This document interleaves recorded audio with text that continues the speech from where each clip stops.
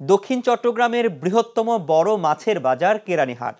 নানা নামের নানা জাতের মাছ, যেখানে কম দামে মেলে তরতাজা সব মাছ। ফলে প্রতিদিনই সেখানে ভিড় জমে ক্রেতাদের। বেচাকেনাও ছাড়িয়ে যায় কোটি টাকা, জানাচ্ছেন ইয়াসিনুল হাকিম।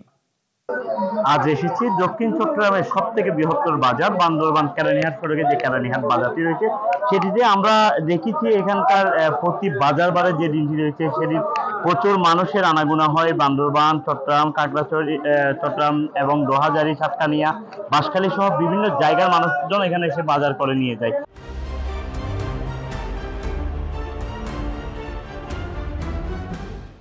বিশেষ করে এই বাজারে সামুদ্রিক মাছের পাশাপাশি পুকুরের, হ্যাচারির এবং বিভিন্ন জায়গা থেকে যেগুলো মাছ প্রজনন কেন্দ্র রয়েছে, বিভিন্ন জায়গায় তরতাজা মাছগুলো এখানে পাওয়া যায়। সেই জন্য কিন্তু বিভিন্ন এলাকার মানুষজন এখানে ভিড় করে মাছ কেনার জন্য। আমরা কথা বলেছি যারা ক্রেতারা এসেছে তাদের সাথে কথা বলেছি, তারা আমাদেরকে বেশিরভাগই ক্রেতা দেখেছি আমরা বান্দরবান, সাতকানিয়া, দোহাজারী, চন্দনাইশ, পটিয়া থেকে মানুষজন এখানে বাজার করতে এসেছে। মূলত এটি বড় বাজার হওয়ার কারণেই বিখ্যাত একটা আয়োজন থাকে বিশেষ করে বাজারের দিনগুলোতে। বিভিন্ন জায়গায় তরতাজা মাছগুলো পাওয়া যায়, সেই জন্য এখানে মানুষকে ভিড় করে।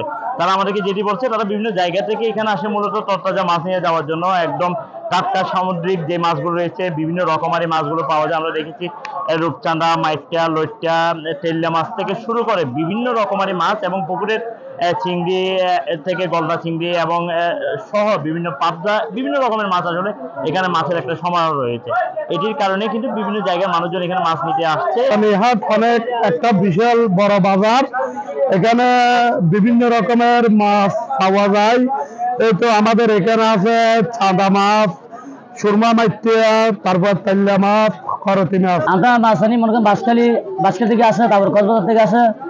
আর চাঁদা মাছ, মাইটিয়া মাছ, সুরমা মাইটিয়া, তারপর লইট্টা মাছ, চিংড়ি মাছ, এগুলো আসে। ভালো ভালো মাছ এখানে কেরানীহাট আছে।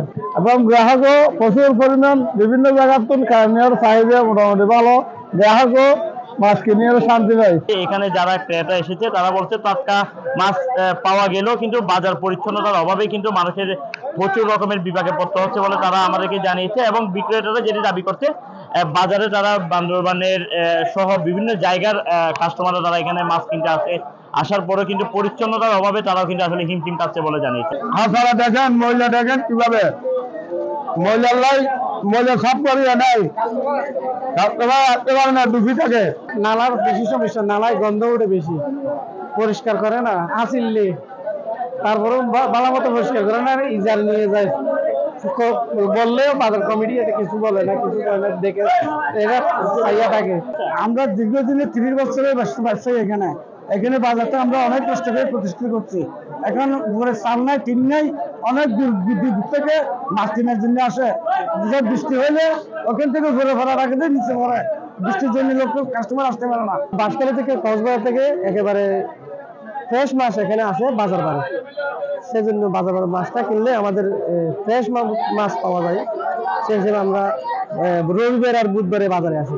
এখানে আসছি যে বান্দরবান থেকে অনেক সস্তা দামে, যার কারণে এখানে আসছি বাজার করতে। আমি এখানে প্রতি বাজার বারে আসে আমি প্রায়, এখানে অনেক টাটকা মাছ বান্দরবান থেকে অনেক ভালো পাওয়া যায় এবং দামও অনেক সস্তা। কর্তৃপক্ষের কাছে তাদের ক্রেতা বিক্রয়ের একই দাবি, যাতে দ্রুত সময়ের মধ্যে বাজার পরিচ্ছন্নতা পরিষ্কারের মাধ্যমে ময়লা আবর্জনা সরিয়ে নিলে তাহলে ক্রেতা বিক্রয়ের সমাহার আরো বাড়বে বলে তারা মনে করছে।